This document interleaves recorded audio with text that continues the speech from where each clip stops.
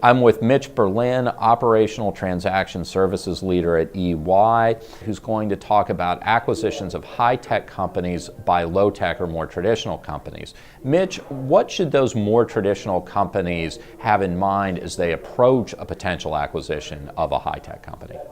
Well, I think it's first important for them to recognize that if they haven't acquired a technology company in the past, it's a very different animal than their prior acquisitions.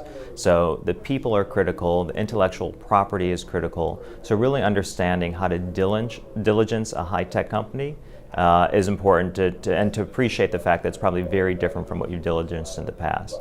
And then the second part is really how do you value a high-tech company? You know, if you're an industrial company acquiring a high-tech company, you're not valuing it like you do another industrial acquisition. So the valuation models are very different based on the future revenue potential of that intellectual property. Mitch, can you give us a specific example where data analytics have affected a deal-making process? Sure. We were looking at monthly historicals and we realized that the last 2 months of the year, revenue had dropped, and we weren't sure whether this was an anomaly or a trend.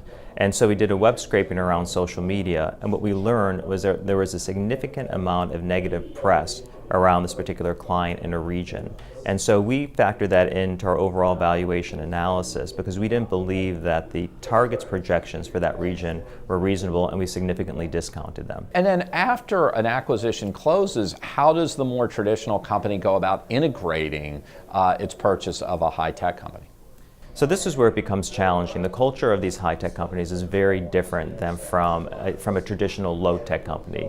They're used to having a lot of fringe benefits. Some get all their meals paid for. They're allowed to bring their pets to their office, etc. So this can be a very big culture clash for this target that you just acquired, but you don't want to lose the value because the value is in those people. So you do have to be much more flexible on how you integrate this company versus how you would have integrated a like business in the past. So typically companies tend to try to leave them, you know, in their current environment so they don't break their spirit while integrating the parts of the business that provide the value. So if it's intellectual property, bringing that intellectual property into the bigger infrastructure. If it's markets, it's attacking those markets, but not necessarily bringing all those people into the same physical facility as them and letting them keep their innovation centers, their pets, their snack bars, etc.